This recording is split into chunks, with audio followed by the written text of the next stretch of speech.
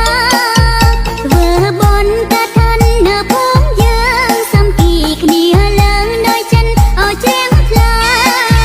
មានត្រីជីវរនិងបរិក្ខារដឹងហើយត្រៀមត្រាបកាប់ញីទាំងឡា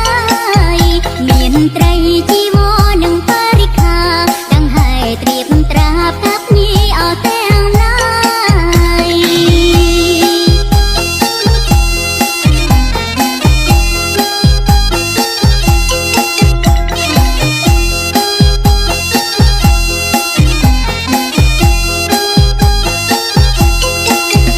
ដើម្បីជាទានឆ្លងភព3ជាទានដល់ប្រពៃចូលកុំអសោកស្ដាយដើម្បីជាទានឆ្លងភព3ជាទានដល់ប្រពៃចូលកុំអសោកស្ដាយ